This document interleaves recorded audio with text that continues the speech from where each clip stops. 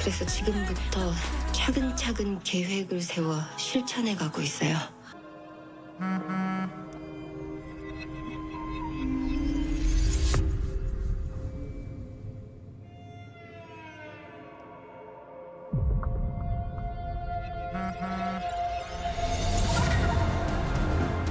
확인된 시각이 밤 9시 7분이었어요. 동승자는 그게 확인이 안 돼요.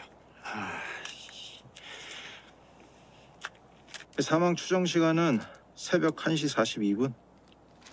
스마트워치. 좋은 세상이야. 24시간 맥박을 체크해주니 언제 심장이 멈췄는지 알 수도 있고. 드라마 나의 해피엔드가 회를 거듭할수록 재미를 더해가고 있는데요. 지난 28일 방송된 10번째 에피소드에서는 순영을 잃고 절망한 재원의 모습을 안타깝게 그려졌습니다. 이 일로 그녀는 자신의 전부나 마찬가지였던 드래브를 포기하게 되는데요. 순영이 죽고 나서야 자신에게 가장 소중한 게 무엇이었는지 다시 한번 깨닫게 되는 재원. 그녀는 순영의 친구로부터 남편이 남긴 마지막 메시지를 전해받게 되는데요. 순영의 유품은 다름 아닌 윤진과 영익의 은밀한 통화 내용이었습니다. 그제서야 재원은 백승규를 시켜 자신을 스토킹한 배우가 윤진이라는 걸 알게 되죠. 지난 회에는 다른 에피소드들과 다르게 아미로부터의 메시지가 전해지지 않았습니다. 과연 이게 무엇을 의미하는 것일까요? 제 개인적인 추측으로는 아마는 죽었고 더 이상 메시지를 보낼 수 없게 되었다는 겁니다.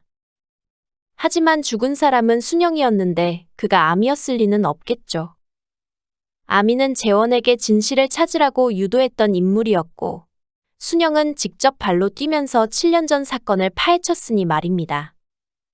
그렇다면 답은 한 가지뿐인 것 같습니다. 순영의 쌍둥이형 치영이 아미였고 순영 대신 치영이 죽었기 때문에 메시지가 끊겼다는 것이죠.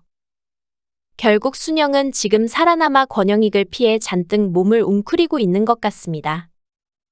스마트워치의 사망 시간이 실제 시간과 다른 이유는 치영이 먼저 죽고 얼마 뒤에 순영이 자신의 스마트워치를 풀어 형의 손에 채워주었기 때문이죠. 치영의 사망 추정 시간은 밤 11시에서 새벽 1시 사이입니다. 이때 그가 죽은 것이고 순영은 그때까지도 살아있었기에 스마트워치의 신호가 이어진 것이죠. 이후 새벽 1시 방경 순영이 자신의 스마트워치를 풀어 치영에게 채워줍니다. 바로 그때 스마트워치의 생체 반응 신호가 끊긴 것이고 이렇게 사망 시간의 미스터리가 풀리는 것이죠. 치영은 개인적인 원한으로 권영익에게 복수를 하고 싶었던 것 같습니다.